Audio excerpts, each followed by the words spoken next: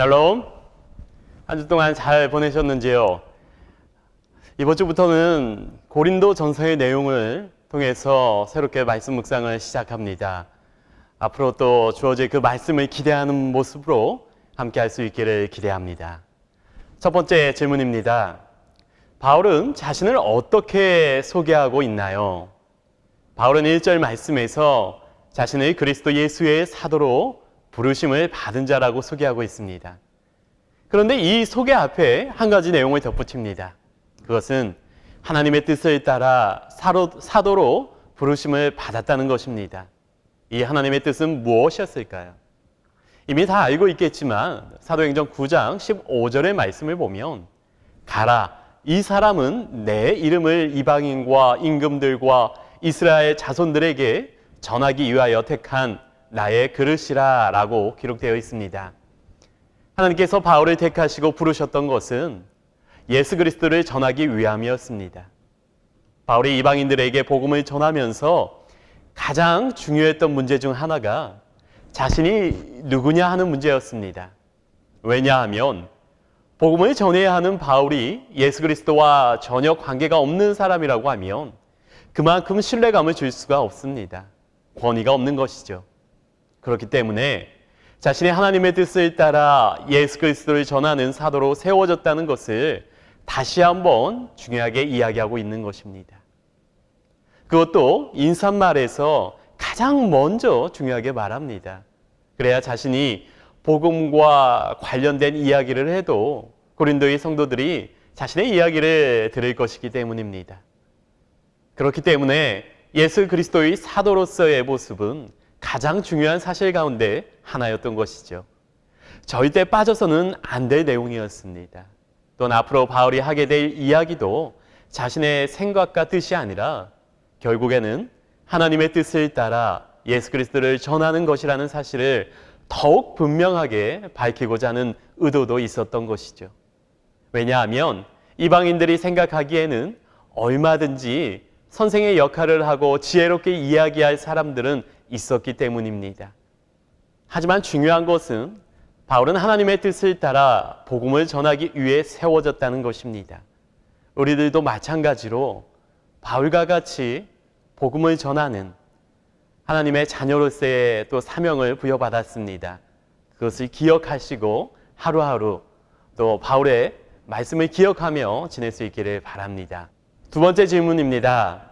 바울은 고린도의 성도들을 어떻게 표현하고 있나요? 바울은 2절 말씀에서 고린도의 성도들을 그리스도와 예수 안에서 거룩하여지고 성도라 부르심을 받은 자들이라고 표현하고 있습니다. 가장 먼저 눈에 띄는 말은 그리스도 예수 안에서 거룩한 자들이라는 것입니다.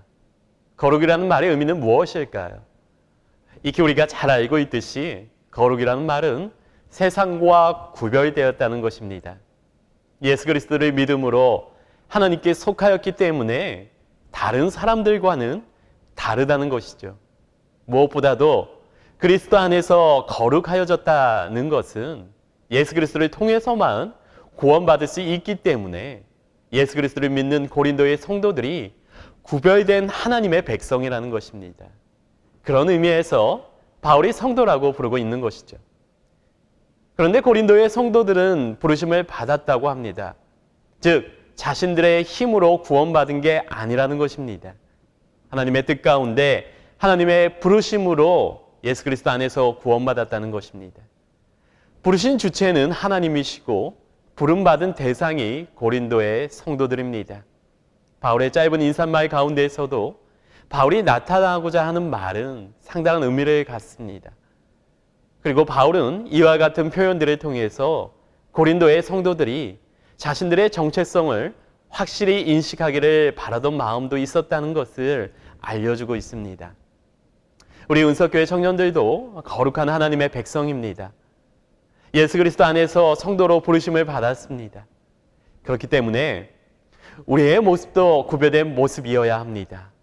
앞으로 고린도전서의 내용을 통해서 구별된 성도로서 어떤 삶의 모습이 필요한지 계속해서 함께 묵상할 수 있기를 바랍니다. 세 번째 질문입니다. 바울이 고린도의 성도들로 인해 감사했던 이유는 무엇이었을까요? 바울은 4절 말씀에서 고린도의 성도들에게 주신 하나님의 은혜 때문에 항상 감사한다고 고백하고 있습니다. 사실 바울은 1절부터 그들에게 인사하면서 계속해서 강조했던 것이 고린도의 성도들은 하나님의 뜻으로 부름받은 백성이라는 것입니다. 즉 하나님께 속했다는 것이죠. 그렇기 때문에 예수 그리스도로 말미암아 성도라 불리는 것입니다. 이 모든 것이 하나님의 은혜 안에 있다는 것입니다. 그리고 하나님께 속했다는 것을 다시 한번 감사하는 것이죠. 이 하나님의 은혜가 어떤 것이었는지 5절 이후의 말씀에서 힌트를 얻을 수 있습니다. 5절 말씀을 보면 고린도의 성도들은 모든 말과 지식에 풍족했다고 합니다. 또한 7절 말씀에는 모든 은사에 부족함이 없었다고 합니다. 그런데 우리가 이 바울의 고백에서 한 가지 생각해 봐야 할 것은 바울이 누구에게 감사해 하고 있느냐는 것입니다. 결국 고린도의 성도들의 모습에서 가장 먼저 하나님께 감사해 하고 있다는 걸 알 수 있습니다. 앞서 말씀드렸듯이 이 모든 일을 주관하시고 일하시는 분은 하나님인 것을 인정하는 것입니다. 하나님께서 함께 하셨기에 가능하다는 것입니다. 그렇기 때문에 한편으로는 고린도의 성도들도 하나님께 감사하는 삶이 되어야 한다는 것을 보여주고 있는 것이죠.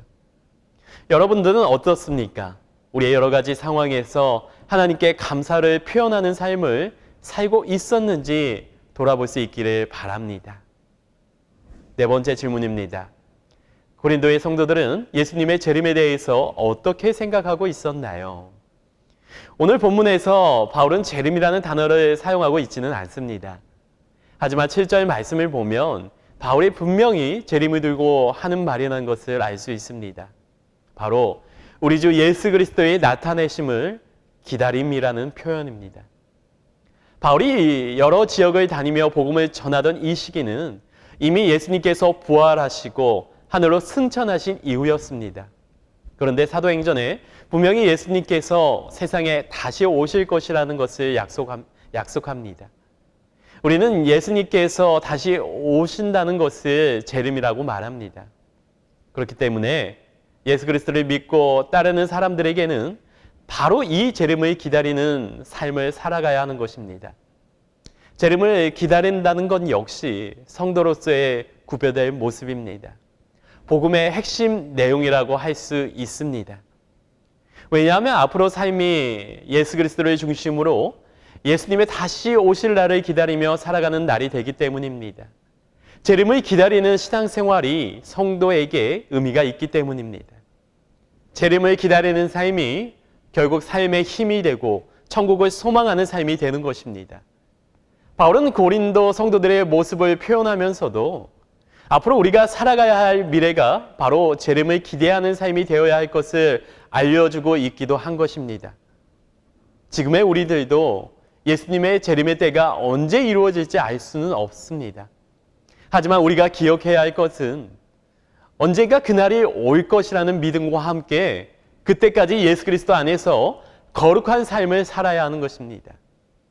이처럼 고린도의 성도들은 곧 예수 그리스도께서 다시 오실 것이라는 그 믿음 가운데 그렇게 생활하고 있었던 것입니다. 그 재림을 기다리고 있었던 것입니다. 그 모습을 기억하며 우리들도 예수 그리스도의 오실 날을 기다리는 하나님의 백성 되시기를 간절히 소망합니다. 다섯 번째 마지막 질문입니다. 바울은 고린도 전서에서 여러 가지 문제에 대해 강력하게 이야기할 것입니다. 그러나 이에 앞서 감사의 말로 시작하고 있습니다. 한 주 동안 감사의 내용을 적어보고 감사를 표현해 봅시다. 앞으로 이어지는 고린도 전서의 내용을 통해서 확인할 수 있겠지만 바울은 고린도의 성도들에게 아주 강력하게 말하기도 합니다. 그들이 잘못하고 있는 행동들에 대해서 단호하게 이야기하는 것이죠. 믿음 안에서 살아가야 할 모습이 아닌 것에 대해서는 분명히 지적하는 것입니다. 그런데 그에 앞서 그런 모습이 있음에도 불구하고 바울은 하나님께 감사하고 있는 모습을 먼저 보여줍니다. 고린도의 성도들을 향한 아쉬운 마음도 있었지만 그 가운데에서도 하나님께서 보여주신 놀라운 은혜에 감사를 표현했던 것입니다. 사실 자꾸 내 앞에 내가 원하는 모습이 보이지 않고 실망스러운 모습이 나타날 때는 감사를 표현하기가 쉽지 않습니다. 더욱이 나와 아주 가까이 있는 사람들과 함께 할 때면 더욱 그렇습니다. 우리 청년들도 여러 가지 자기 자신의 상황들로 인해서 한 주 동안 분주하게 보냈을 것입니다. 어떤 청년들은 말씀을 묵상할 마음의 여유조차 없었을 수도 있습니다. 하지만 우리들은 계속해서 하나님께 감사의 표현을 해야 합니다. 비록 지금 나의 모습이 초라해 보일 수도 있습니다. 하지만 지금 이 모습이 우리의 전부가 아닙니다. 앞으로 하나님께서 나를 통해 이루어 주실 미래를 우리는 기대할 수 있어야 합니다. 하루하루 우리와 함께 하시는 하나님께 감사하시기를 바랍니다.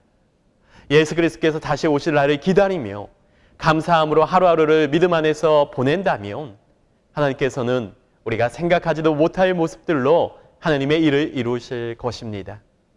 그리고 그 중심에 우리를 불러주실 것입니다. 우리 청년들의 삶 가운데 하나님께 감사하는 모습이 넘쳐날 수 있기를 간절히 소망합니다. 그래서 우리의 이웃들에게 그 감사가 흘러 넘쳐날 수 있기를 또한 바랍니다. 2020년도 하나님의 뜻 안에서 감사로 마무리하는 은석교회 청년들이 되기를 간절히 소망합니다.